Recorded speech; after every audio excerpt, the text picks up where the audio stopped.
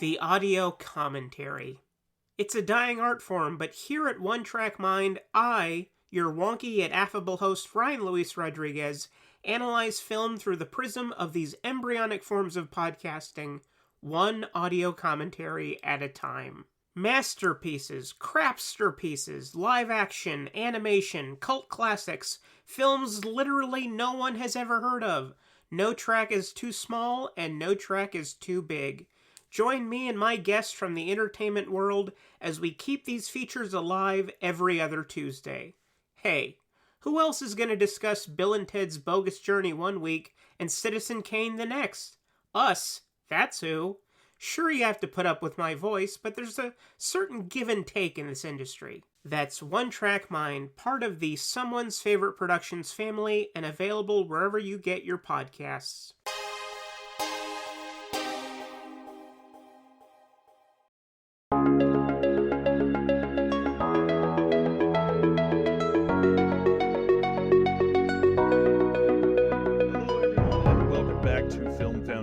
The collaborative show between Weirding Way Media and Someone's Favorite Productions. I'm your co-host from Someone's Favorite, Ryan Verrill. And I'm your other host from Weirding Way Media and the Culture Cast, Chris Stashew. On this show, we ask and answer 4 questions about a given topic that is surrounding an actor, director, franchise, or microgenre. Tonight, one that's very near and dear to all of our hearts, I'm sure, an actor, and as you've seen in the title, we are going to be discussing Robin Williams. And as usual, our job is to entice you to broaden your horizons on film, encourage you to travel down film tangents and side roads that you may never have traveled down otherwise. And again, this one's going to be interesting because most people have probably seen at least one film from Robin Williams, but I have a very, very strong inkling that we're going to have some interesting discussion tonight. And the main reason why is because we have a very close friend of mine as our guest tonight. And our guest, one of the 2 co-hosts of Chasing Labels. It is an incredible podcast that focuses on physical media just like mine, has some interviews that they discuss with a lot of people in the world, and even gets incredibly huge names like the director of Renfield, my friend, Mr. Stephen Billings. Thanks for doing this, sir. Oh, no problem, man. It's good to be here, Ryan. Chris, nice meeting you for the first time here. We all love physical media. We love film, and, taking kind of a little bit of a break from just physical media talk, it's good to just have a nice discussion about one particular topic, subject matter. So, and Robin Williams is something that's, he's near and dear to my heart, not just, as an actor, but just his presence in film. Like, I just always really appreciated what he brought. So, I can't wait to discuss him tonight. Well, as we are, wading into the beginning parts of this, first off, why don't you tell everybody what Chasing Labels is? I'd love to hear your elevator pitch. I don't think I've ever heard this from you. Oh, God. Well, Chasing Labels, is a podcast that me and my friend Andrew Cabral co-host together, and we used to do a weekly show, but then things kind of got tough doing that weekly, so we do it bi-weekly now. And so we run down the last couple weeks of releases. We usually focus on things that interest us as collectors. We used to run through as much as possible, but we've kind of weaned it down to more like, picking our favorites, picking the things we feel like we would add to our collection. And Andrew, as I call the robot, he will watch as much as possible and help give you an inside on the films that we are talking about, and help maybe make you decide whether you want to buy it or not. And but on Chasing Labels, we do other things. We have a show called The Unwatched Pile, where we pick a film out of our collection that we haven't watched, talk about it, and then pair it with something in our collection we have watched. And then we got other things. We got Movies Down Memory Lane as a new thing we started. We got some other things in the works. But interviews with a lot of insiders. Yeah, we do a lot of we spend a lot of time on this, Ryan. I know the feeling all too well. And in the meantime, you got to try to watch stuff that involves some of our favorites, like Robin Williams. So, yes. Why Robin Williams? When we discussed this seemed like a pretty immediate jump out topic for you.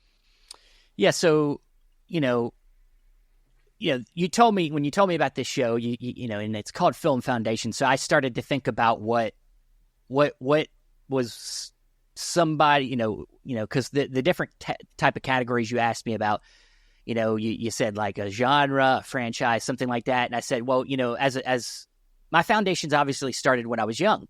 And so for, I think a lot of us, you kind of grab onto actors, actors for me was where when I'm watching movies, when I'm a kid, I'm not thinking about the director yet. I'm not thinking about who's behind making this yet. I'm thinking about who's on the screen. And right. The actor that always was on the screen when I was a kid that always made me laugh, made me cry, and continued to up to, of course, unfortunately passed some years back, but for a long time throughout my life would always make me, entertain me in so many different ways. And that was Robin Williams. And I was like, he's really my favorite actor. I mean, he's really my favorite actor of all time. And I feel like that would be a foundational person for me to talk about. So that's why I choose him. He's just always been a really important figure in my movie watching life. So, what about you, Chris? How do you feel about Robin Williams?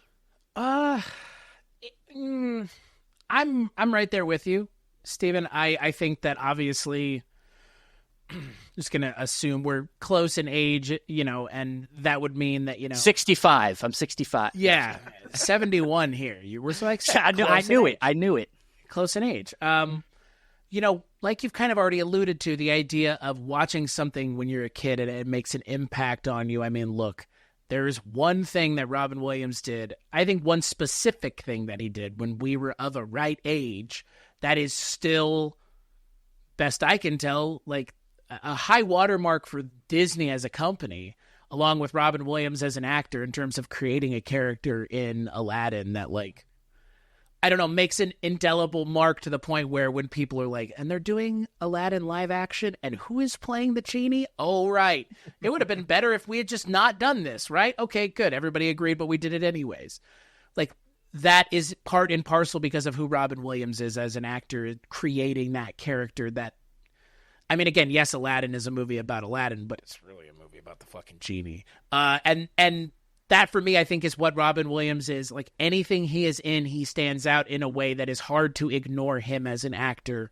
And like you've kind of already alluded to, if you're that kind of actor, you will become someone's favorite actor too, because you are someone that they are going out of their way to see because they're giving you a reason to. And I feel like Robin Williams, multi-talented, multifaceted actor in a lot of ways, but yeah, no, I'm right there with you. The kind of my entry points to Robin Williams may be a little different than yours, but I think we're kind of simpatico. I'm with you. Like, Robin Williams was a big part of my formative years, especially Robin Williams' stand-up comedy.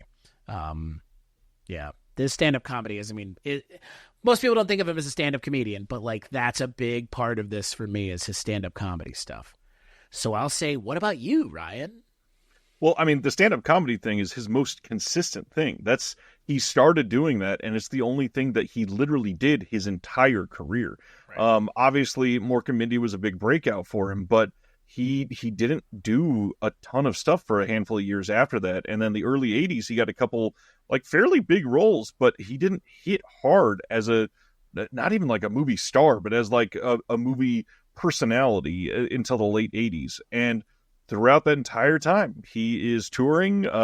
He's, on and off substances and getting himself right and healthy. And then the 90s came and he just exploded as not just a movie character, but as a full-blown star that will put butts in seats.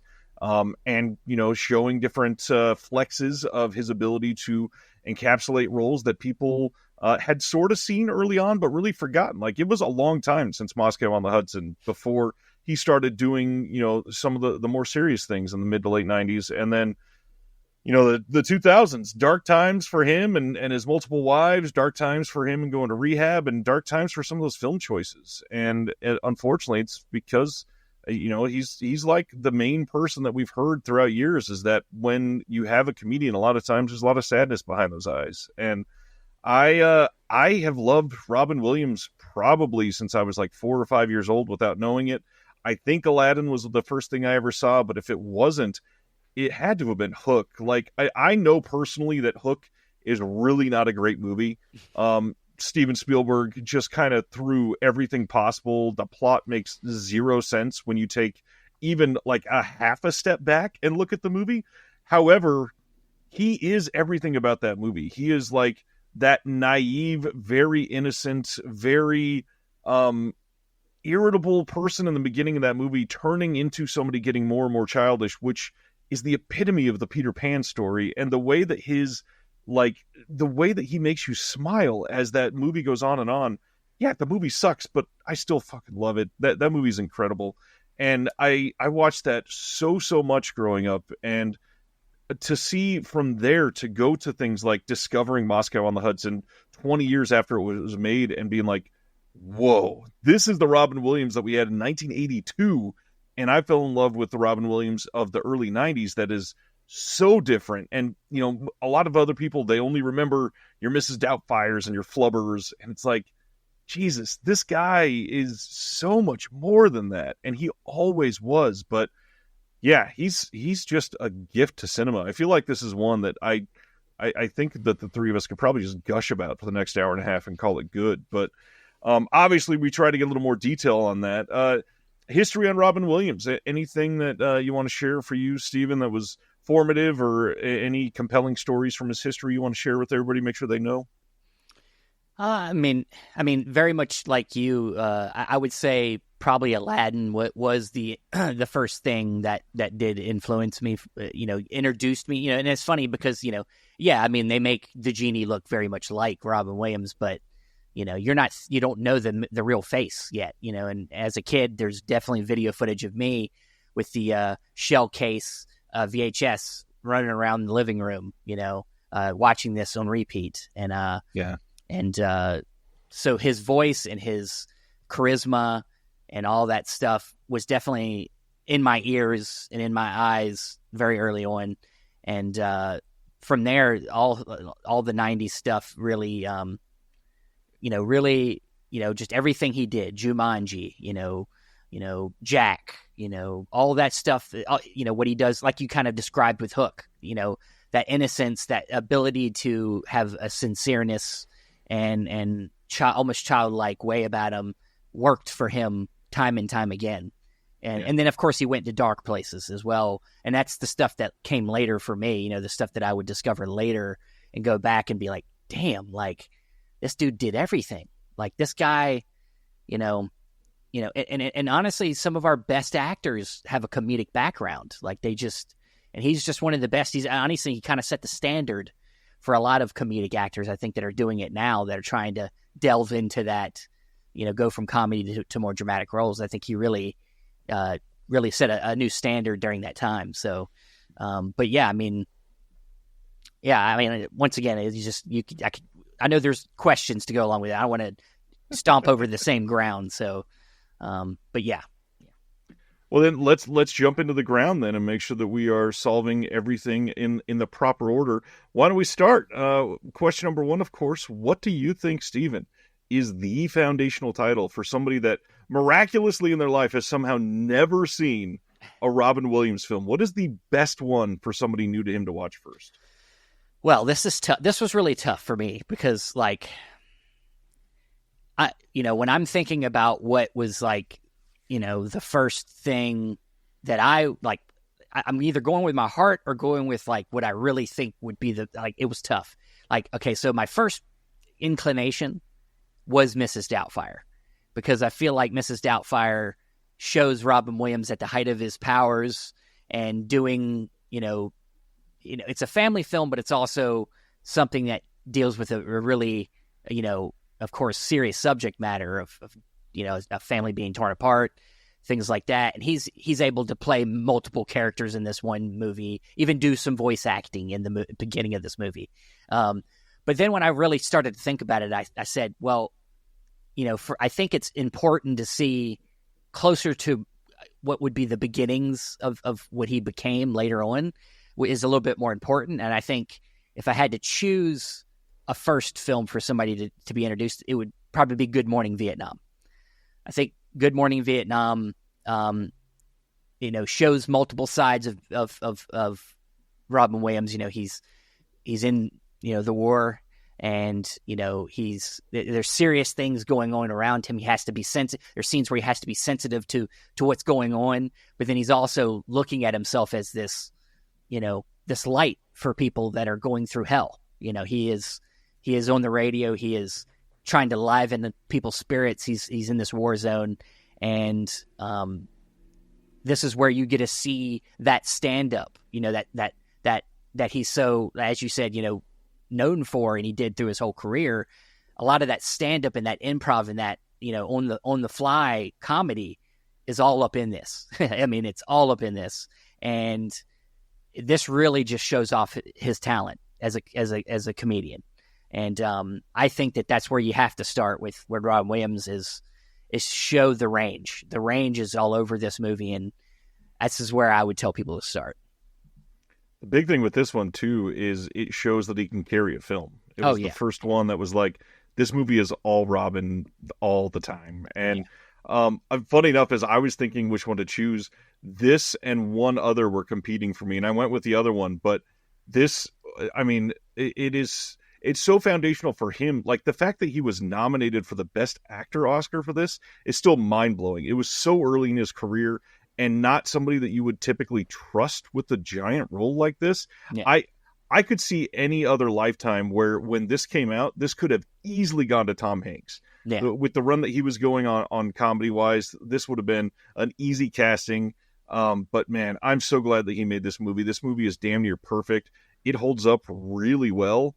It is such an interesting story, and honestly, the fact that it came out so soon after the Vietnam War and everybody's still feeling the effects of that is really compelling timing. But Chris, how do you feel about Good Morning Vietnam? And then what's your pick for the foundational title? I've never seen Good Morning Vietnam. Whoa. Yeah. It's okay, man. Hey. Now it's time. It's time now. It's time. Of course it's okay. I mean, at the end of the day, it's just a movie. But, I mean, to your point, I obviously can acknowledge the fact that it's an important movie, like you mentioned, nominated for Best Actor. So what's funny is this is not a movie that I had even really seen until last year. And, again, I'm only picking this because, again, in the way that I look at it, I think that you would be doing someone a disservice if you didn't tell them to watch Mrs. Doubtfire. It's a movie I did not see until literally November of last year. Wow. Or December.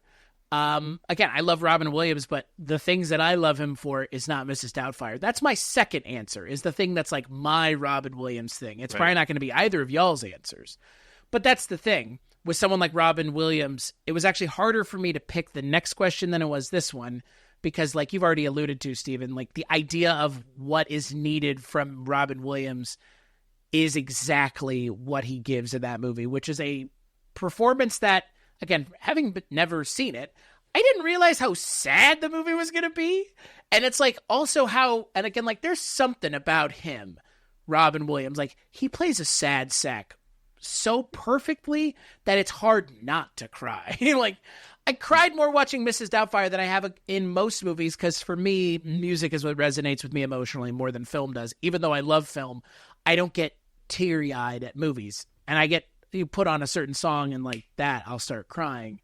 But Mrs. Doubtfire got me pretty good because again, like I think there's something about Robin Williams where he's, like you mentioned, he's funny, but he can also be very kind of open about his feelings, but he's also like a man-child, but he's also conflicted about being a man-child, and then he literally plays another character as well.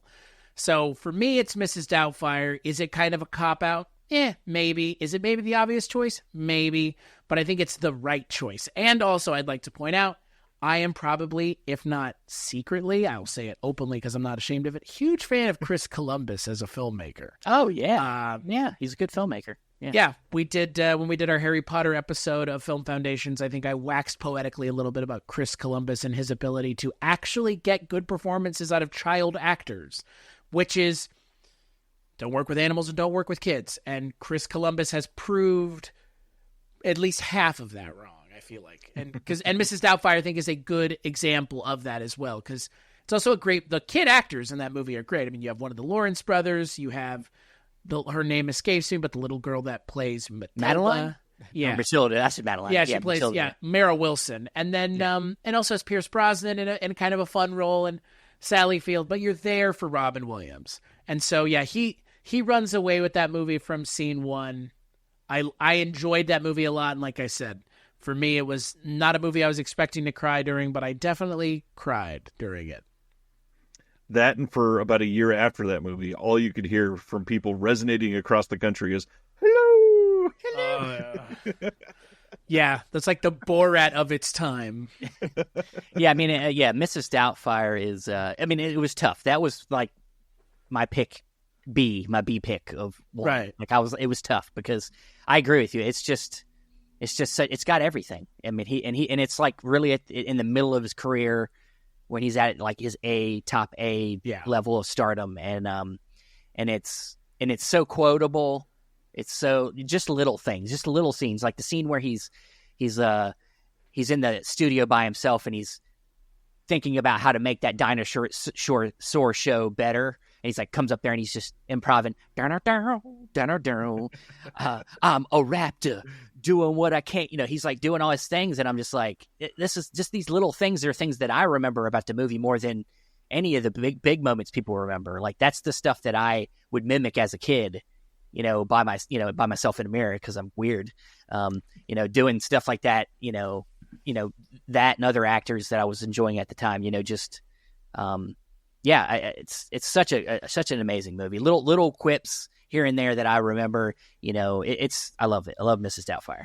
And can you imagine we live in a universe where it was almost Tim Allen and he turned the role down? That movie would have been awful. Just a nightmare because I don't mind Tim Allen, his politics aside, apparently, but I've never really seen Tim Allen have an emotional side to him. And that's even in the Santa Claus, which is like effectively his Mrs. Doubtfire, right? Like I look at Santa Claus and I'm like, that's the movie that Tim Allen made instead of making Mrs. Doubtfire because it's got that same weird energy to it. Yeah, they both can play the everyman in a way. The divorced dad. Yeah, they can both play the everyman in a way, but the thing that Robin Williams can do vastly better than him is, like you said, show emotion, show transparency, show range. Tim Allen's really kind of got a shtick. He's kind of got, this like kind of man's man relatable kind of way about him that I think a lot of people like. I like Tim Allen. I like the films of that time, like the Santa Claus growing up. I love that. But he just doesn't have that versatility that Robin Williams can bring to a role, where he feels relatable, he feels sincere, he feels like you're staring into his soul through his eyes. Like he's got this way of his eyes. A lot of times when I said this, and I know this is a little bit of an aside, but like Zac Efron, when Zac Efron tried to come from being High School Musical to a film actor, I always had a problem with him because he never really, I didn't think he was good because I couldn't see it in his eyes. Like an actor can project, I think, when he's good, you can tell in his eyes that he means what he's doing. Like he's coming across. And he always seemed dead-eyed to me. But now I feel like he's growing as an actor. Like I just watched Iron Claw for the first time, and I was like, dude, he took it to a new level. Like he finally broke out. Movie. Oh, he's amazing in that movie. And I was like, he broke out. He finally did it to me. Like he finally convinced me that he's in this role when he's not, something. He's not Zac Efron anymore. So, but yeah, that's what Robin Williams does every time almost. Like he convinces me that he's totally invested. So, well, and it's that sadness, I think, too, because Robin Williams talks about it. Matthew Lawrence, I think, shares the story about like going into Robin Williams' trailer and seeing him just like head in hands, like dejected. And like, I think Robin Williams' natural setting was probably a very depressed person. I was going to say his real, who he is really, behind the cameras, I think it was a very sad person. So that's why he plays sad so well. It made it, he could go to that place, Yeah. He knew it all too well, which is, again, like he's clearly struggled with mental health, which is something that I think a lot of us struggle with. So, yeah, it's hard. And again, like that's the hard thing because, like you mentioned, Robin Williams passed away, but Robin Williams took his own life because he was struggling. He lost his struggle with mental health, unfortunately, and like in Mrs. Doubtfire, like we've talked about, you can see that he's genuinely sad in those scenes in a way that most actors, like you've already alluded to, really can't go there. Even a Tom Hanks has a hard time getting there for me. Like, I've seen Forrest Gump a bunch of times, and I've never thought at any point was it a sad movie. Mrs. Doubtfire is a lot sadder of a movie because Robin Williams' ability to be genuine is just almost unparalleled, frankly. I agree. So mine for this one, I was struggling between Good Morning Vietnam and this one, and I kind of said I owe it to myself to pick one that's a little more on the family side because I got to hit something because he hit so many of those. And the one that was always so important for me was 1995's Jumanji. Hell yeah, it's a good one. This movie, man, I mean, first of all, incredible cast. Like, Robin Williams obviously steals every scene that he's in, but young Kirsten Dunst, David Alan Grier is hilarious in this. Mm-hmm. Bonnie Hunt is great. Even, like, Bebe Neuwirth, Jonathan Hyde are great. Jonathan Hyde is amazing. Yeah, and then Patricia Clarkson, like a super small role. But the way this movie unravels and you just stare at the way they keep one-upping it, and it doesn't feel... It feels so ahead of its time. Something about it, it doesn't feel 1995. It feels like something that should have been about a decade later. And, I mean, the story itself is great. The effects are done pretty damn well. But the chemistry between this entire cast is always what sold it for me. Like, the scenes cutting from when they're playing the board game to when they're kids again and they're hugging still. Something about that is just like, I want to be sitting right next to them and console them. Like, they just had their life flash before their eyes so much. But yeah, this movie is incredible. It gets his comedy on every single scene that he's in. It gets his emotion for what it needs to be. It's very similar to Mrs. Doubtfire in that for me. It gets, it feels like he brings out better in all of these cast members. And not that they're not good actors, but without him in this role, I think absolutely none of them would have given the performance that they did, and it would have not have felt as earnest as it did. So, Jumanji, I think, is a brilliant entry point for somebody that's never seen any of these because you get a little bit of everything, and it's going to make you go off into 9 different angles after that and go, well, God, now I have to seek everything out. Yeah. And also directed by, I think, a little bit of an underrated director, Joe Johnston. Done some really cool stuff, whether it's The Rocketeer or October Sky, and of course he did like the first Captain America film. He's a little bit of a journeyman, but when he does something, it's usually kind of a fun genre movie. So I really think he's a cool underrated director. Well, considering how much you've waxed poetic on everything else, dying to hear this one. So our second question. How about you share a lesser-known film in his filmography, one that would be maybe a little bit of a turnoff if somebody were to watch that one first?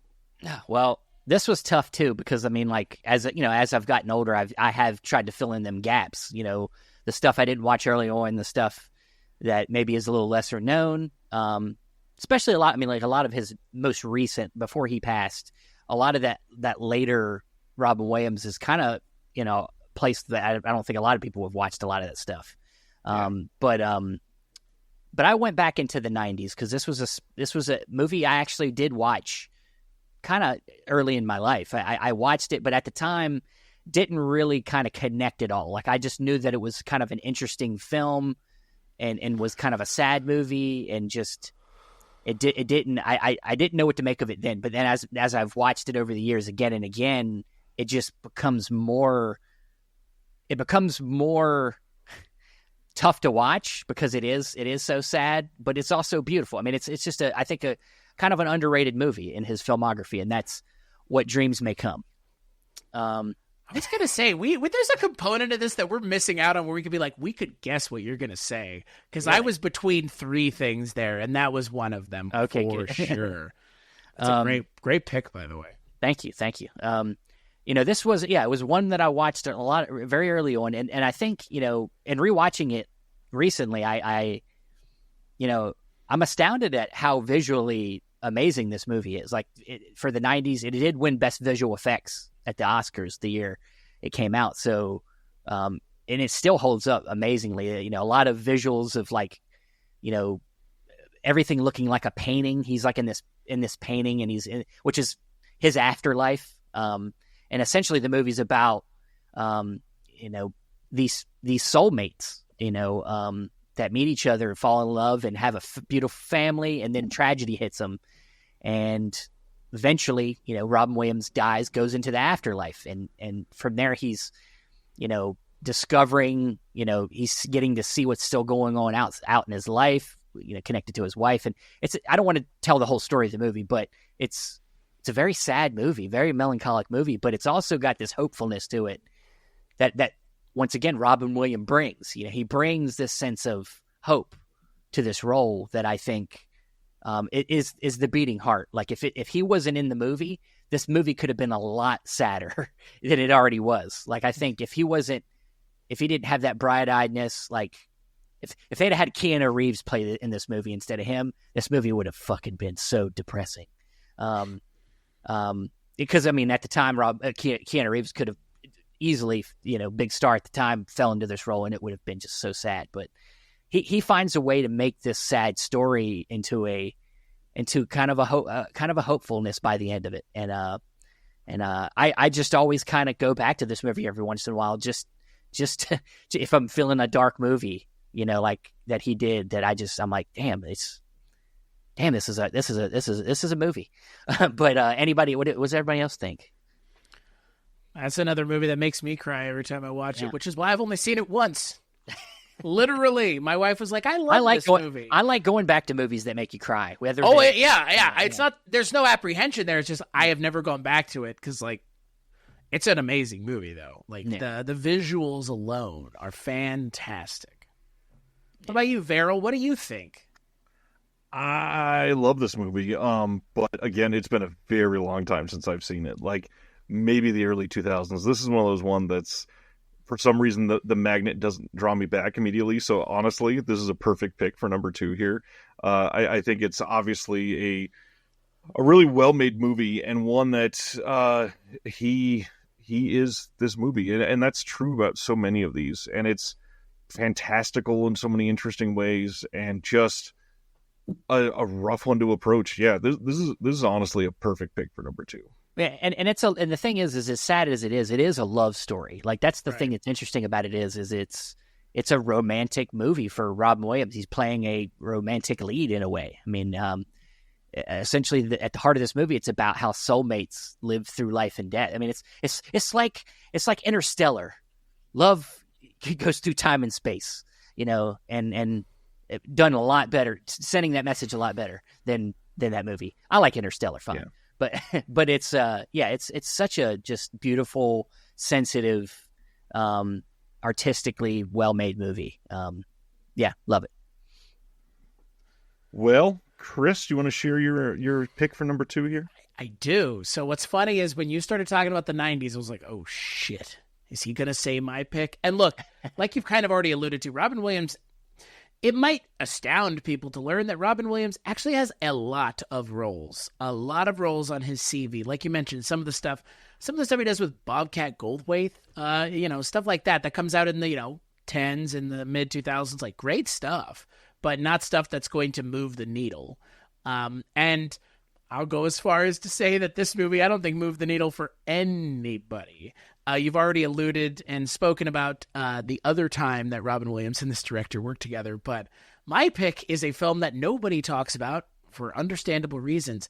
1992's passion project for the director, Barry Levinson's Toys.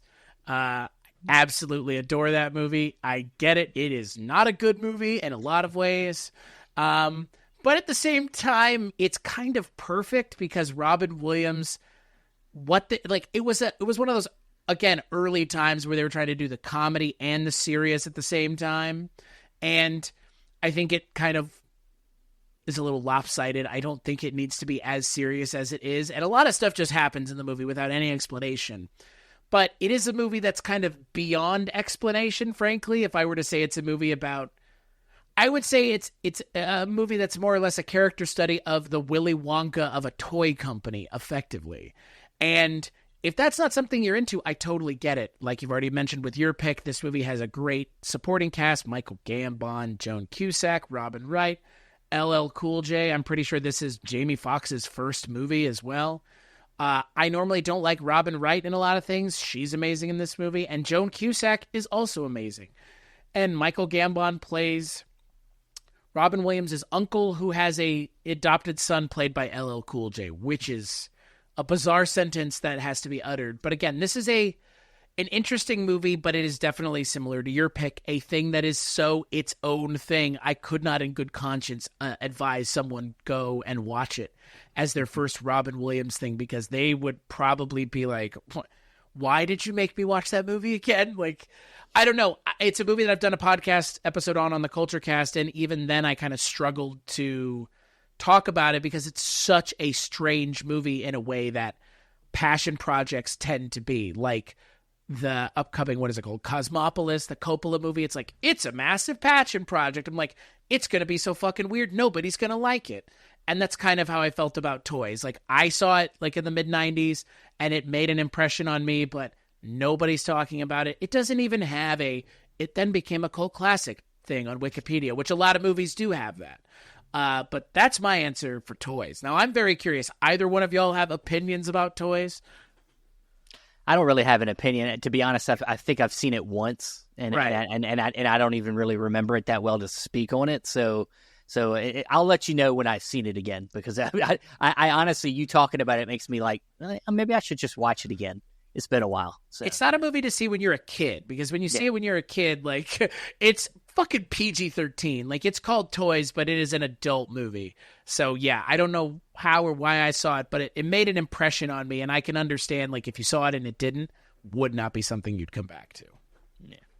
Toys is great and needs a lot more recognition. It Thank definitely is great. It's one that I in anyone else's filmography, this would be a standout performance, but because it's fucking Robin Williams, it's like number 18 on a list of just masterpieces, essentially. But when you take it and set it in like this weird pedestal that it deserves amongst the rest of his titles, you can recognize the genius here. There is so much on this that is just wild. And honestly, maybe one of the most iconic pieces of art from the poster from any of his movies. That poster is like, that was in every video store for a couple of years at least.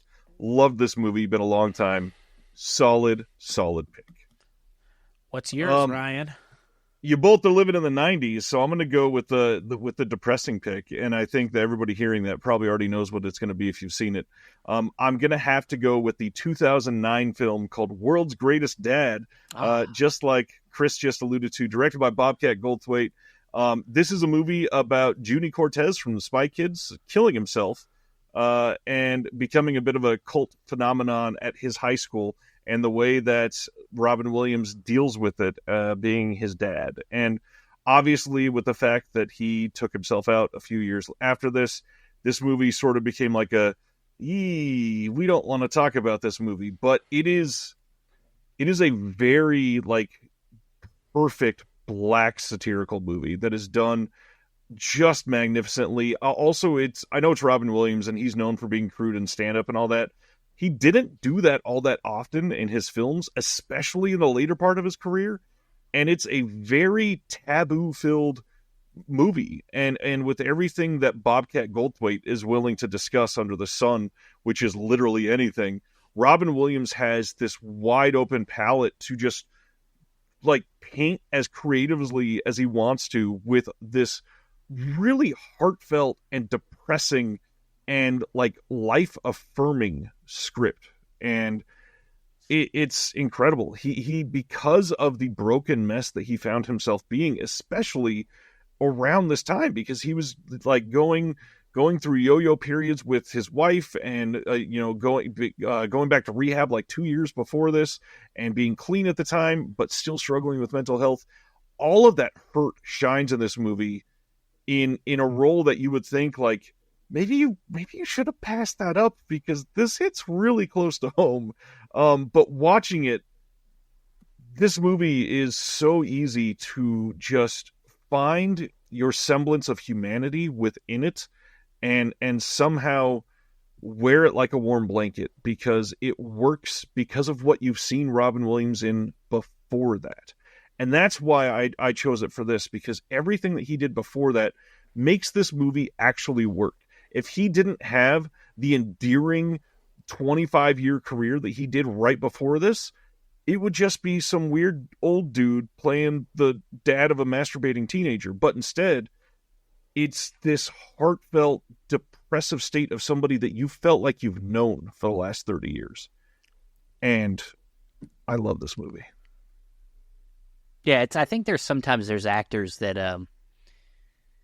as they get older, as they get into their careers, they start to become more and more self-aware of their legacy, and so sometimes I think they pick roles that sometimes reflect, some of what they've already done, and in a way trying to move on from it in a way. Like I think maybe Robin Williams was looking at what he had done and he's trying to figure out a way to keep it interesting, so he does something. And Bobcat, if, like you said, he's going to always do.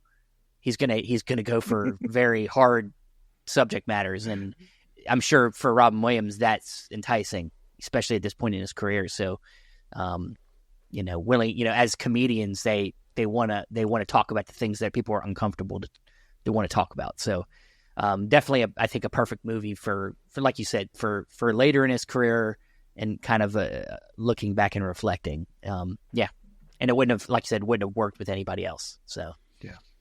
I think Bobcat Goldthwait should make an appearance on an episode of this show at some point. I mean, there's not a million movies, but there's enough, including the movie that it's alluded that women are being taken into the forest by Bigfoot to become forest brides, which is something only Bobcat would do, like you alluded to, Steve. Like, Bobcat is just, he is very much his own person, and I love him for that. There are very few people like that in the industry that are given as much sway and swing as Bobcat. But yeah, and then he gets to work with people like Robin Williams. So this is a movie I've never seen. It's been on my list forever. But I will say I'm a little disappointed that you didn't mention 2009's also film that Robin Williams was in, Old Dogs. A great film.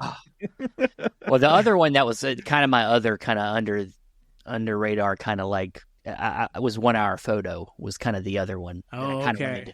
That was the other one I thought about talking about, but What Dreams May Come just connected with me more. But 1 Hour Photo is just one of the roles he did that just fucking spine tingling, just whole other person in that movie. Yeah. The movie that I struggled with putting as my second choice also came out in 2002, which I'm a huge fan of, Death to Smoochie, which is another weird, like 1 Hour Photo. That is a weird role for Robin Williams to have, but that one's gotten the cult status. It sure has, right? Me mentioning and going to bat for Death to Smoochie is not going to surprise anybody because it's a cult movie. It's just like 1 Hour Photo is in a lot of ways. Like, nobody mentioned Bicentennial Man. There's some weird things that Robin Williams did that, like, I'm disappointed we didn't mention, because there's a whole group of people that are a little older than, like, I don't know, like in their like 10 to 15-year-olds that only know him from Night at the Museum. Yeah. Yeah. Which is like, again, like Sean Levy, kind of a Chris Columbus adjacent style guy, and the kinds of stuff that he does, doing a thing with Robin Williams that's like, again, I can only assume there's got to be a large group of people that love Robin Williams because of Night at the Museum, right? Yeah, it's, I guess for somebody, like, I mean, like any actor, they're always trying to find a way to stay relevant at different points of their career. And he, I mean, Teddy Roosevelt, it works, right? He looks like him. He really low-key does, with a mustache, with the right style mustache. He really looks like him. And then what's kind of weird is like, wasn't the third one like one of his last roles? Like, it sure was. It came out after he died. Yeah. So like, it was kind of weird seeing him, that being kind of like one of the final things he did was like that kind of like 5 minutes of screen time, and that third Night at the Museum movie that everybody wanted. It's. Yeah, there's a lot of great. I mean, like one of the ones that we didn't mention at all, Birdcage, is another one that I think is just such a, a movie that is just still remembered and still loved by many. That I bring that thing out like once every year. So, I think we should go to the next question, because I think we can just start naming stuff in the next question at this point, good. Which is something we have not really done. But there's so many on this list. Is the problem. So let's get into it then, Stephen. What do you think is Robin Williams' biggest impact on pop as a whole? And again, doesn't need to be like a certain title. It can be. I mean, with him, there's a lot of stuff that we could allude to. I mean, we've already talked about Vietnam. We've talked about World's Greatest Dad, and so many other things that he did, like, personally affected people. So, in your opinion, greatest impact on pop culture from Robin Williams? To be honest, I think there's a couple things. One's more on the positive side. One you could almost say is for him. I'm sure he would even consider this kind of more on the negative side. But positively, I think his style as an actor in comedies greatly influenced some of the big filmmakers that made comedies in the 2000s up through now. Like, I would say specifically Judd Apatow. The loose, kind of almost off the cuff way he does his comedy in his movies, where it's a lot of like ad-libbing, I think is something that's very much influenced by what Robin Williams did and other actors like Jim Carrey of the time would do. I think he very greatly influenced that style. I don't think that style always works. Sometimes I get a little sick of the rambling, and that works better as a stand-up. It doesn't necessarily always work in a narrative film, but I think he definitely had an impact on comedy, in that way. But the other thing I was alluding to, and I think been something of conversation in recent times, is his impact on voice acting, being of course the breakout with the genie in Aladdin, kind of changed the industry, and I think it kind of changed it kind of for a negative. It caused this snowball effect of casting big actors to play animated voice characters, and taking jobs away from voice actors, people that do this for a living, that do all the hard work and do amazing voice acting, now gets taken away by Bradley Cooper, or Emma Stone, or whoever the big actor is. Chris Pratt, I think, is the name you're looking for. Chris Pratt, who's playing every animated character ever. He's now going to be Garfield. So it's. I think that you could say that one of the biggest impact his, character as the genie had was that it made studios really realize the impact of having a big name behind the voice of your characters, and how it can draw more people in, more adults into the theater as well to see the kid films. I mean, unfortunately it's not the most positive thing he did to impact the film, but still an impact. I think it's still something we're dealing with today. So, preparing for this, I went back and watched some of his old interviews, which are some of the things I've always loved from him. His appearances on Late Night were amazing, and there was one, I think it was literally just from like the premiere of Robots, and I don't know if anybody remembers this, but somebody asked him, like, what is the voice that you went to play your character in Robots? And he literally just said, it's just me. I'm just an old guy who's falling apart. And hearing that, and the fact that he leaned on his own vulnerability to just be his normal voice for Robots, was like so telling on the fact that he actually cares about what he's doing for voice work, but also it's so depressing for his life. But yeah, totally agree with you. Chris Pratt should not be doing any more voice work. He loves stomping Goombas. God.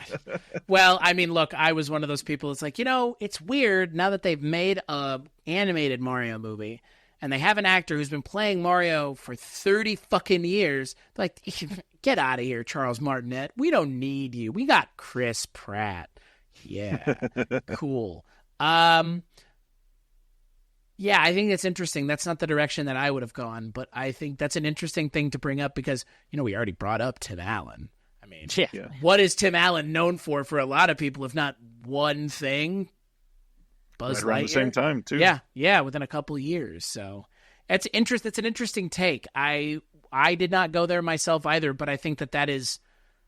Well, it's an interesting byproduct of Robin Williams. Well, for somebody that loves him so much, is his me to bring that up it kind of is weird, a weird kind of depressing route to take it. But when I thought about it, I was like, yeah, of course there is no other Robin Williams. He's like, it's hard to compare him to anybody. But unfortunately, one of the biggest impacts he had was with his voice, right? And his voice as an animated character, and it just really had at that time Disney was rebounding and was, getting bigger. And the next thing you know, Lion King comes out, and you have one of the kids from Home Improvement on there, Jonathan Taylor Thomas, like the names would keep coming. You would keep getting Mel Gibson's in, in Pocahontas, it just keeps going, and today it's as bad as ever, it's set a precedent that I don't think Robin Williams intended to happen. So, I mean, George Miller did essentially that with Happy Feet and cast Robin Williams.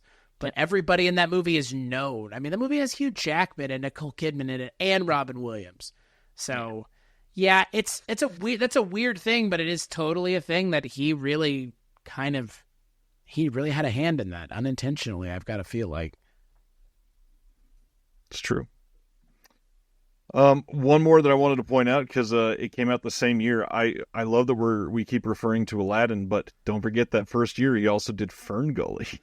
Right. I forget about that. Yeah. Which he never came back for, but he did come back for the direct-to-video version of Aladdin, which I always found to be very weird, but it was such a commitment from him to do it. Like, he ended up getting associated with that character so much that it's like, I have to be the one to do it. Like, at that point, it would be too obvious if someone else was doing it. Like Emo Phillips trying to do like a Robin Williams thing, or, it's like, because again, like Ferngully recast that character immediately. People are going to skewer us for not mentioning Good Will Hunting. We're not there yet, but yeah. I guess so. I guess we're not there yet. Fair. You and I are still going. Yeah. That's fair. That's fair. That's fair. I mean, again, it's not your fault. It's not your fault. That's fair. I think for me, it's a weird thing when I think about Robin Williams, because like you've mentioned, the voice acting, he didn't do it a whole lot, but every time he did it, it was like a big deal. Yeah. The Aladdin of it all, if I remember right, I think he came back to play Genie in literally everything. Yeah. If I remember right, I don't think he allowed them to even reuse lines from his original takes. If I remember right, I think he came back like willingly, because it was such an important character for him to record everything that he possibly could. So like video games, stuff that they did for Disney rides, and where they alluded to the lines and all that. I believe he recorded all of that. Take pride in your work. And I mean, it's an iconic one. It's the one that made him truly famous. Yeah. When you really get down to it, like obviously he had been in some very important films and all that stuff, but it's Disney in the early '90s. Like it is his fame. Without Aladdin, a lot of this doesn't exist. Yeah. Period. Chris, you want to answer for number 3? Yeah. So my answer, we've kind of already alluded to it a little bit, but I think this kind of ties into an episode we did a while ago on Jim Carrey. I think that Robin Williams is that original trendsetter in terms of showing that you, as a comedic actor, can lead a film and be the lead of a vehicle as a comedic actor. Because vehicle films, for the most part, are for big name actors, action stars, dramatic actors, and comedic actors kind of tend to get forgotten because, again, comedy is looked down on because it's a genre, even though to write comedy is harder than making someone cry. I mean, to get a genuine laugh or a chuckle out of someone is very hard. And so when you have someone like Robin Williams showing that you can not only be a comedian and lead a film, but you can lead it and it be successful for the most part. I mean, look, Toys didn't make a lot of money, but it's not like Toys came out and nobody went and saw it. Right. People that went and saw it because Robin Williams was in it. So just like Mrs. Doubtfire, just like so many things, it's like he's in it, so it's worth watching. I don't even remember that Dead Poet Society comes out in the late 80s. I always think that that's like a late 90s movie for whatever reason. But that right there, I mean, again, he just has the range, and I think he shows, and you've already alluded to it also, Stephen, like a lot of our best actors have a comedic background. Robin Williams, I think, there will never be another actor comparable to Robin Williams, period. And the only one who comes close is kind of Jim Carrey in a lot of ways. And in a lot of ways, Jim Carrey more or less took the mantle from Robin Williams for a while, and then had his own thing. It. He chased it, but unfortunately not I mean, Jim Carrey had a pretty good 90s, even compared to, like, he had like a stretch where it was like, this man is cranking out hits, but Robin Williams was the same thing. So I mean, to your point, maybe it's not passing as much as just competition, but Robin Williams did it first, which is why it's important. Because again, comedic actors being given a big role as the lead in a movie, not necessarily something the studios were backing up the Brinks truck full of money to do. Yeah. Well, I think at the same time during the 90s, the boom of the kind of the 90s SNL scene also played in line with that, with Adam Sandler, of course, kind of coming into play. All the guys from that era, Dana McCarthy, Mike Myers, people like that were busting on the scene. And Robin Williams paved the way for them guys to become, film actors, break off of SNL and lead films. And as you can see, it hasn't stopped Adam Sandler since. Or Will Ferrell. Will Ferrell. Yeah, I mean, it's continued. It's continued to be, he paved the way for a lot of guys to bring comedies back, and have them be, very successful. Now, of course, I think we've kind of gotten into a lull for a little while now with comedy. I don't think comedy's quite had the leading person right now. I think we're avoided that a little bit. I think we're looking for that next person. And all it is, I think a lot of it has to do with what type of comedy is being asked for from the audience. I think for a while there in the 2000s into 2010s, we had, of course, like the Judd Apatow. That was the man-child, vulgar comedies that were leading the way. And I think we kind of veered off of that. And now I don't know where comedy is now. I don't know. And there is no person that's leading it. So, yeah, we're looking. Who's out there? I don't know who's out there. Who's out there, man? John Mulaney? Is he going to be the guy to lead? I don't know. Well, and what's weird is, like, I was going to say, like, I think the answer to your question is the people that are in comedies now are people that are not comedic actors. Because, I mean, I was talking before we recorded this about a recent movie that came out that has John Cena in it, not known for being a comedic actor, but the guy's funny as hell, frankly. Yeah.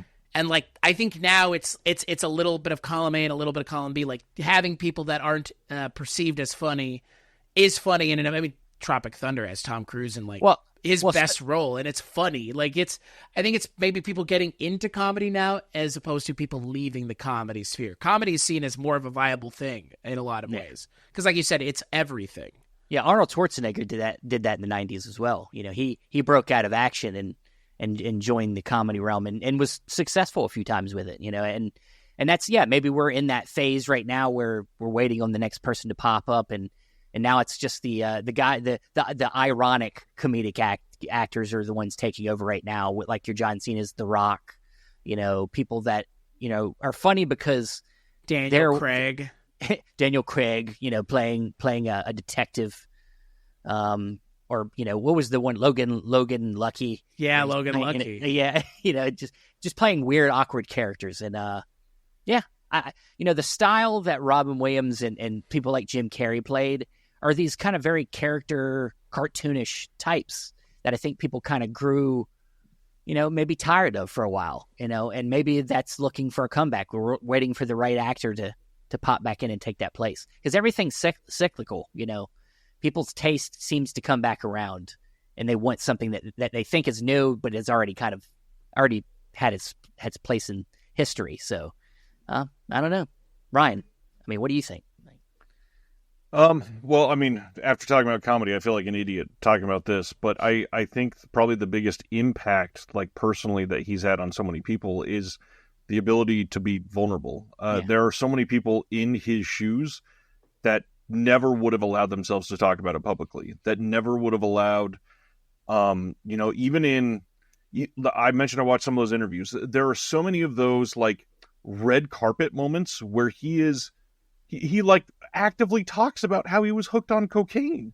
Like, could you imagine anybody doing that at the premiere of Dune 2 this year? Like, no. Timothée Chalamet comes up, he's like, dude, I mean, like, I was just I had I like dildos. I've just had dildos at my ass for, and that's what, yeah. So I thought it was, you were going to say the popcorn bucket. I've just been fucking this popcorn bucket all day. Something about his life from like 2003 until his life ended. It was all about this open advocacy for everybody's mental health, including his own, like sharing that he is a human and struggling himself and being open about struggling with substances, struggling with the way that he feels about himself, and sharing that there's sadness behind those eyes.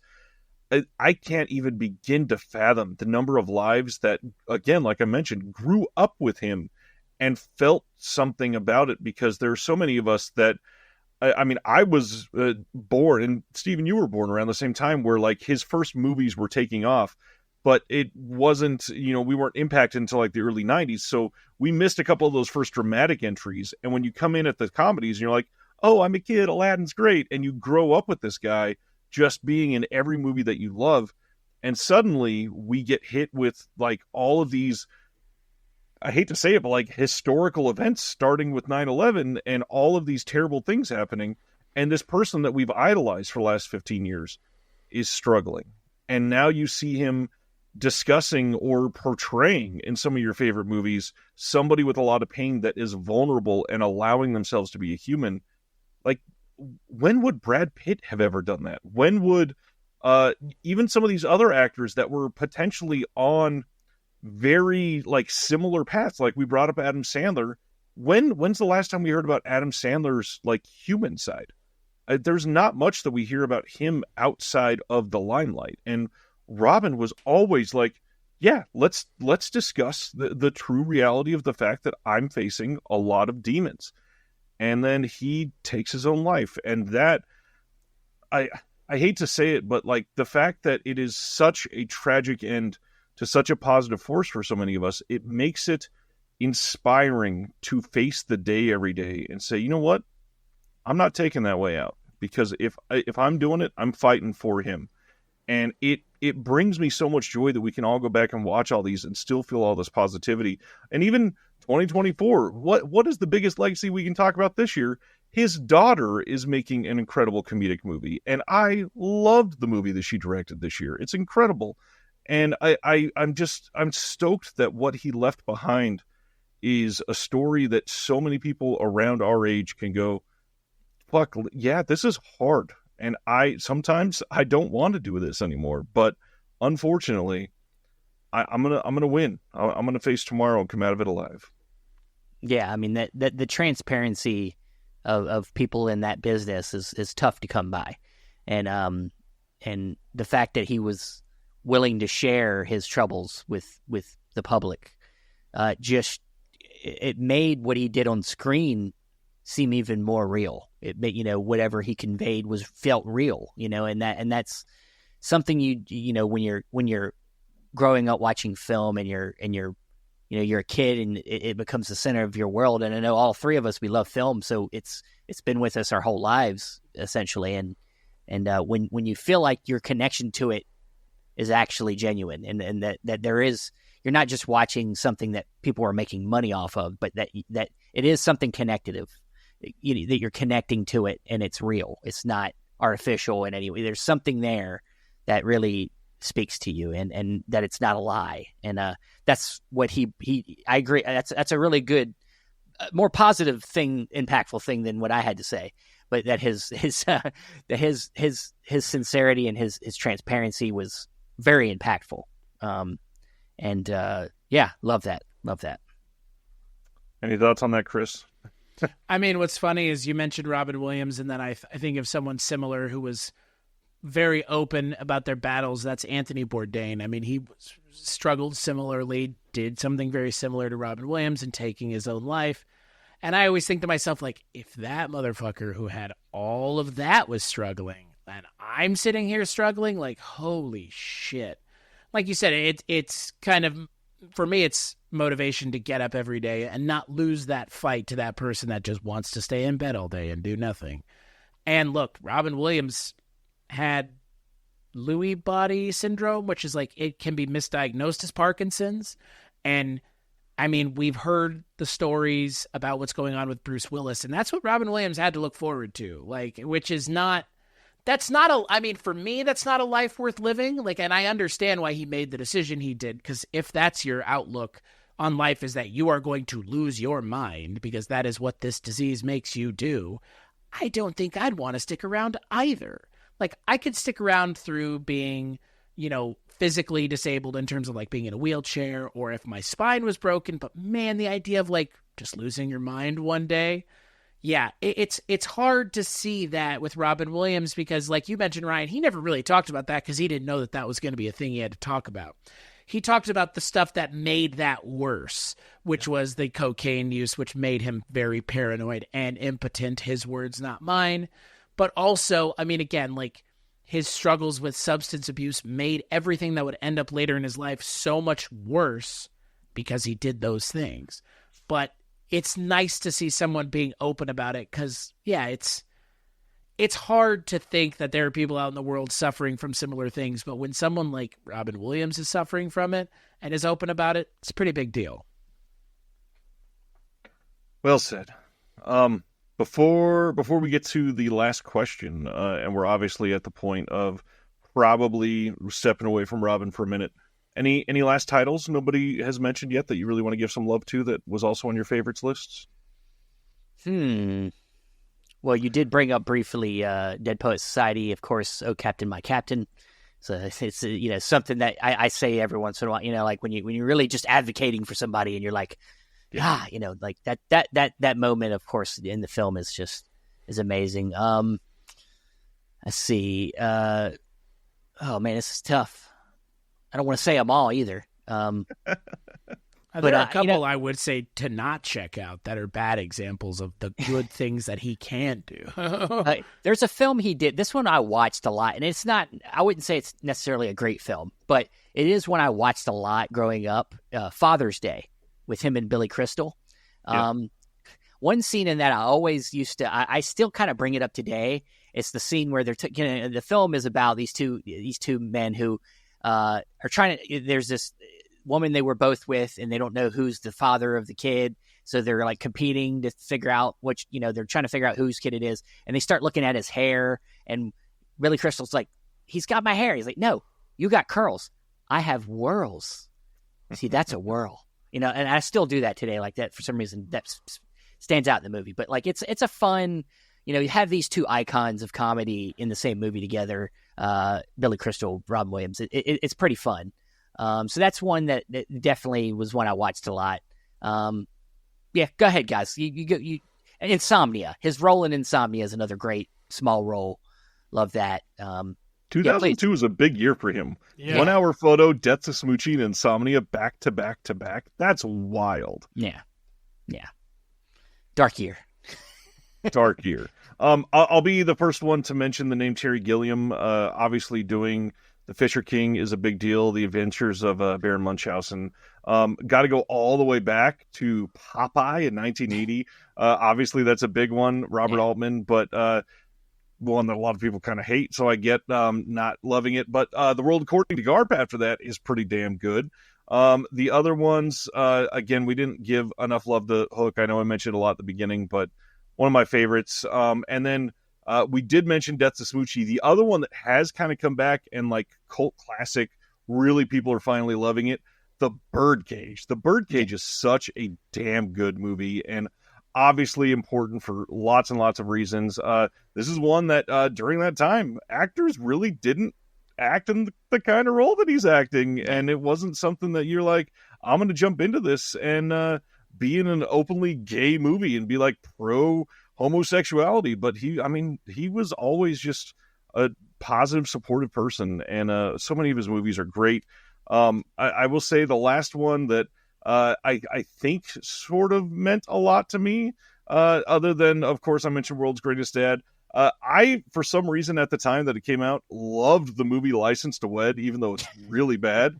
Mandy Moore and John Krasinski, and the poster with Robin Williams laying on the bed between them was really awkward, but at the same time, I was embroiled in religion right then, and I was 20 years old, so it was like the, you have to get married now type of time of my life. And guess what happened soon after that? Anyways, yeah, it was. It's a not great movie, but yeah, certainly meant a lot to me at the time. Well, two that I'll bring. I meant to say these, and I forgot. But like Jack, I did kind of mention before. That's a Francis Ford Coppola film, and that's just odd. About yeah, it is odd. That's the word I would use. Yeah, the other one is right around the same time. Patch Adams was a big one. You just taking it. You're taking it all the way before I got to it. No, it's you beat me to it because it's also weird. Like those are weird Robin Williams roles that make very little sense why he's cast in those roles. It's strange to me. But it's there's something about once again the movie cannot work, but with him in it, it makes it watchable. And I watched them movies a lot growing up. So I'll leave it there. I'll leave you some. I'll leave you some crumbs. I don't think there's anything left because I already mentioned Old Dogs, which I unironically enjoy because it's just a stupid movie. But John Travolta and Robin Williams together is, again, like shockingly charming in their like old age versions of themselves. We've kind of already alluded to Flubber being a thing that is, it's fun. It's got Christopher McDonald hamming it up as just another villain in a long line of villains that he plays, rich asshole villain. I'm not surprised anybody didn't bring up Bicentennial Man, which is kind of like, for me, Jack, Bicentennial Man, and Patch Adams are like weird things, just weird, bizarre things that Robin Williams has done that I'm just like, okay, sure, like makes sense, I guess. Yeah, I don't think we really have anything else, at least for me, to cover. Maybe Man of the Year, but that's an Ivan Reitman movie with Robin Williams in it. It's weird. Again, you don't want to talk about RV for the next 6 minutes? Jeez Louise. Well, the only other one that I was looking through his filmography, the only other one I could bring up is Awakenings, as a Penny Marshall film. Mm-hmm. He plays a doctor again, in that, and a lot more straightforward drama role for him in that, but he's really good in it. I mean, it's not my favorite film. I like Penny Marshall, but I know people like that movie, but it's a little bit on the dry side for me. Robert De Niro is also in it, good performances, but yeah, that's another kind of standout for some people. I think that one was written by the guy that directed Searching for Bobby Fischer, Steven Zalian. Yep. Good guy.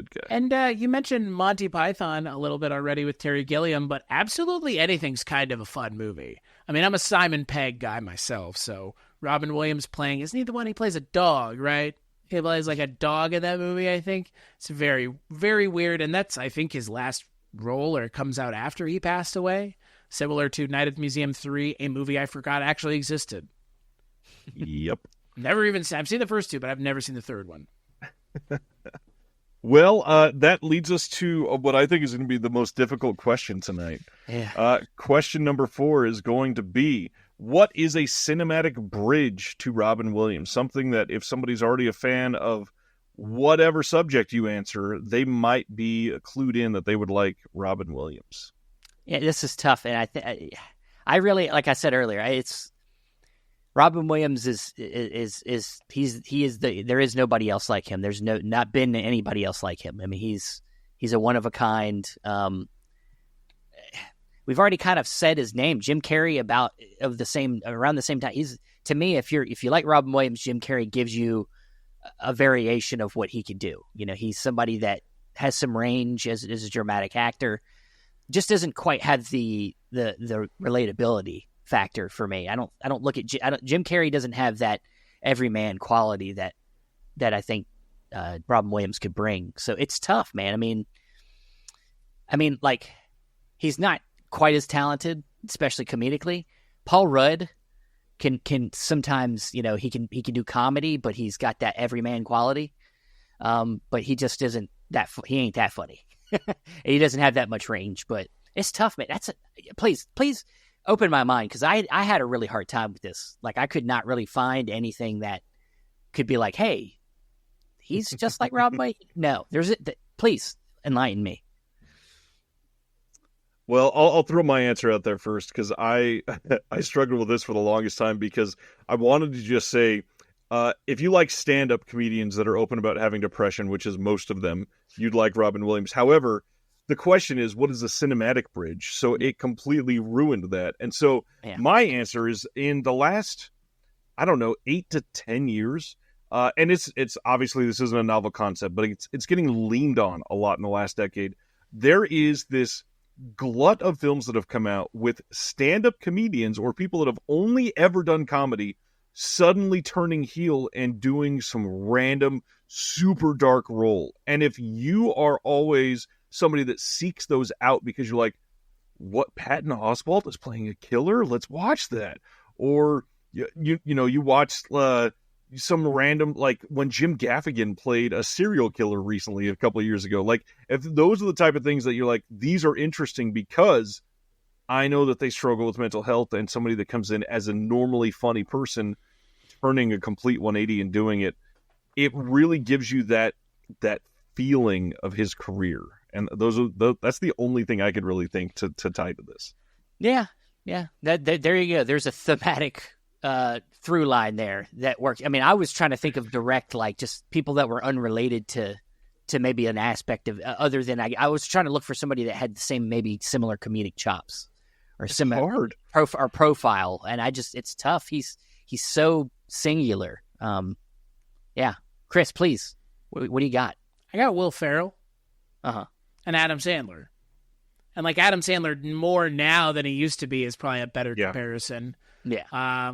He's just, I mean, look, Adam Sandler is a different kind of stand-up comedian, like, and that translates into his film performances because, I don't know, Adam Sandler always plays such big characters. There's very little relatability. And like Will Ferrell hits on it from time to time, but I'll make the joke here that I've made plenty of times. After Anchorman, Will Ferrell just kind of always played the same character, which is like elevated Ron Burgundy, if not that just being Will Ferrell's like elevated version. Like think of like Semi-Pro and what's the other one? There's like a glut of these movies that Blades of Glory. Yeah. Okay. Yeah. Like like that kind of stuff is just like, again, like that's what Robin Williams tried to avoid for the most part, was doing samey stuff. And last night when we were recording, you mentioned Stranger Than Fiction, Ryan. Like that's a good example of Will Ferrell being kind of in a serious role for the most part. I love that movie. It's a great movie. And, you know, that's the kind of movie that Robin Williams totally could have been in too, because again, like dramatic and comedy. But yeah, I think that the actors that I mentioned are funny, less funny than Robin Williams. Again, I don't really resonate with Adam Sandler's stand-up. Like, it's very happy doopy dabby. Like, that's not my thing. Like, yeah, it's like, okay, like that never resonated with me. So Robin Williams, like the fast way that he talks and kind of the observational humor, that for me is what resonated with me. So yeah, I would think that there isn't really anybody. Like, they're close. But like you said, he's such a singular talent. It's kind of hard to be like, well, it's that one guy. There's like, nah, not really. It's like with Michael Jordan, like it took a while for someone who was as good as Michael Jordan to really come into the basketball sphere. Same with someone like a Tom Brady. Even like it took 20 years almost to have someone who's as good as this person to show up. And with Robin Williams, I'm not saying we're waiting for that person because the way we consume media now is so different than the heyday of someone like a Robin Williams, but there is not anybody who I will go out of my way to say they are a Robin Williams comparison. It's tough. That's true. I mean, that's the issue we've never run into with this show on these episodes, which is how do you compare someone like this to anyone else? And that's very hard. Yeah. It's a good call. I think that's why he stands out so much in all of our lives is there was nobody else like him. He didn't get lost in the shuffle of all them other comedians that were in that time, your Adam Sandler's, he just stood out. He was just always pushing himself. He was always, creating characters in films where the characters were not necessarily the highlights. Like he made them real. He made, he brought some. He's so physical. That's something we don't say a lot either. Is like. He's funny. He says a lot of things. He's really off the cuff, but he's also very physical. He moves a lot. He moves his hands. He's jumping up and down. He's doing a lot of things that makes his characters unforgettable. So, yeah. I mean, maybe somebody that's a very physical comedic actor, is somebody that could be a good comparison. But once again, it's like nobody that he has so many facets. It's hard to find the right fit. So. he definitely filled the space in all of those roles. He something about the way that he moved. It was not that like somebody else in the film with him was not giving enough, but it was, if you're going to give me space, I'm going to take it. I'm going to be somebody that will embrace it and make sure that the room feels full with just the two of us in this scene. Yeah. And he ran with that. So, well and said. I think that, you know, like you were talking about Hook, I think that's why him and Spielberg together was like, even though the movie doesn't work for me that much, him in the movie drives that movie, like you said. Like it's Spielberg loves it. He's a sentimental filmmaker, and Robin Williams is a sentimental actor. Like he's a sensitive actor. And so I think that their pairing, I wish they had done more, you know, together. But who would see him in Minority Report? You know, like Robin Williams in Minority Report, it would have been weird. Or him in Munich wouldn't have worked. I was about to say Munich. Well, actually, Chris is over there thinking about it. He's like, yeah, shit. Yeah. Which role do I cast? I'm trying to think. Like, actually, what's funny, I think to name a role that Robin Williams would have probably elevated the source material a lot. And we've already mentioned a movie that it's related to in terms of, I guess, the original story being written by Chris von Allsburg.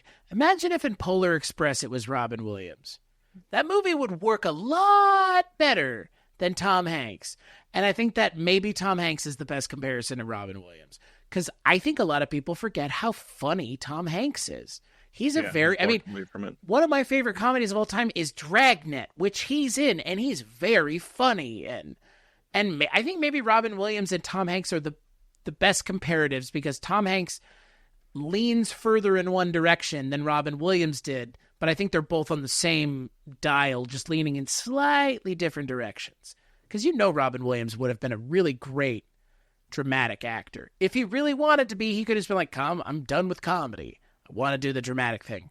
But I think the draw of comedy was always too much for him. It was like anything else. He wanted to make people laugh, which I get that. Yeah, I think we got that with this got us to the right actor. I think Tom Hanks is probably the closest we're going to get, in almost a contrast way, but it almost is perfect. It almost works. And how, if we did an episode of Tom Hanks, would we compare anybody to Tom Hanks? Like, that's the problem that we would run into there, which is what we're running into here. Like, he's a seminal actor, Robin Williams is, and there will never be anyone else really like him. Yeah, it's a shame, because again, like, the world would be a much more interesting place if Robin Williams is 73 kicking it. But, you know, things happen. People get sick, unfortunately. I would say the same thing about Michael J. Fox. Like, what would the 90s and 2000s have been like if Michael J. Fox was able to make movies? Or if Chris Reeves had been able to make movies? Like, Jesus Christ, for fuck's sake. Yeah. I would have loved more Death Trap movies. You know. Well, I think one, if you're listening to these episodes for ideas or inspiration to watch, or if you listen to this and you're like, damn, Robin Williams, so many great titles, go watch one or two that don't get talked about enough. Go watch some of his stand-up. Go watch something that inspired people from the late 80s that we don't talk about enough anymore. This is one of those topics that you could dive into for the next month and change your life. This is the type of filmography that can inspire you to write your own damn film. And I hope that this show can provide a foundation for something like that for anybody out there. But on that note, to inspire somebody to go watch your show, I'm going to put you on the spot a little bit, Stephen. What are your two interviews that you've done that you're most proud of? That if somebody's going to go to listen to of your back catalog right now, what are the two that you steer them to? Damn, man, you are putting me on the spot. Oh man, jeez, give me just a second so I can not make the wrong decision in my mind. Get my list out here. While Stephen is looking at that, I'll highlight one thing that I didn't say earlier is that I owe a lot to Stephen, because Stephen and I worked together for the 2022's Shelf Shock Rewind Awards. He and I are the one that sort of birthed the idea together. We were both pursuing the idea of an award show at the same time, and Stephen was awesome enough to reach out to me and say, hey, I know that you have eyes on a lot of these things. What would you think of this? And we both were like, yeah, we should do this together. And it has morphed into something giant. And so publicly and privately, all mixed in one, I want to say thank you so much again, because man, the last 2 years has been insane. And obviously seeing it grow from one show to the next was a huge leap. And I'm just glad that you're still a part of it. No, of course, man. I'm glad it was our way to connecting, and we knew each other's shows and things, but when we did that, when we developed that together, that's when we really became friends. And so I wasn't as involved this year. I was still doing stuff behind the scenes, but I'm still going to always as much as involved as I can be in that and other things. We'll do some other things. We did this. And we got some. I'm sure you keep adding more things to your list of things to do. So whenever you're gonna develop your Netflix series, just let me know. I'll be a writer on it or something. Chris and I are already stoking the fires on other ideas. I know. I'm sure you are. You get more people. I know you're getting more people involved, and it's just gonna keep growing. And I love seeing it, man. I love seeing it. I'm just glad to be a very small part of it in some way. But if I had to pick a couple, I would say one of the big highlights was definitely getting Eddie Muller on from TMC. He's just an icon, and me and Andrew are just both big film noir nuts, and getting the guy that hosts the show about film noir and knows the most about, put books out about film noir. I mean, that was just a proud moment to be able to just get that guy on. I mean, it was just amazing, and seeing him without a suit. I mean, unfortunately, at the time, we were not doing video. And the thing is, he would have dressed up if we were doing video. So you wouldn't have been able to see what I saw, which was Eddie Muller in just normal clothes. So I've seen something you guys haven't seen. But probably other than that, God, we've had so many really fun interviews and really interesting people from all different walks of life, not just people that are in the industry. And that's the easy place to go. Like, we talked to Sean Baker. We talked to, damn, man, why did you do this to me? One of my favorite other interviews is Tony Stella, artist extraordinaire who has seemed to get more popular all the time. And he wouldn't allow us to have him on video per se. He's a very private person, but we did get video, and I put like an image in front of his face. But we did see him when we conversed, and he's just such a fascinating dude, and the dude's life is so fascinating. And he's such a big film buff, and just has such a investment in what he does and how his process is. I love that interview. He's just so smart and just such a artist. He's such an artist at heart. So I'm jealous of his upbringing. I'm jealous of his story, so Eddie Muller, Tony Stella, two of my favorite interviews. The Tony Stella one was on my short list. Was it? For sure. Okay, good.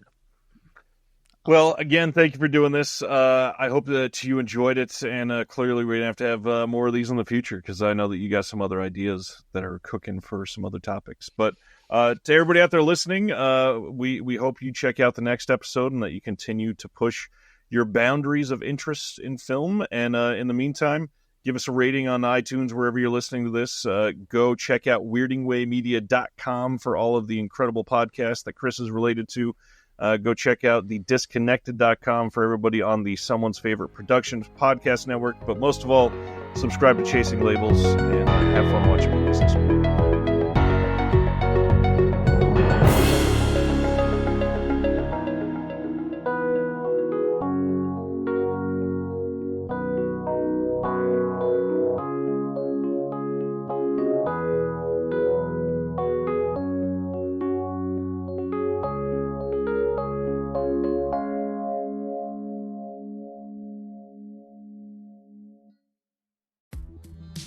Hello, this is Chris Haskell from They Live by Film. For those that don't know us, Adam, Zach, and we built a podcast over the last 2 years that's a combination of film discussion from 3 very different perspectives, as well as industry interviews with the leaders in boutique Blu-ray and 4K community. We started with Dev Crocodile, but over time we've been lucky enough to speak with Arrow Video, Severin, Mondo Macabro, Vinegar Syndrome, Radiance, Indicator, most of the OCN partner labels. It's been a blast. You can find us wherever you podcast, and also actually recently as part of someone's favorite production podcast network. We hope to see you online.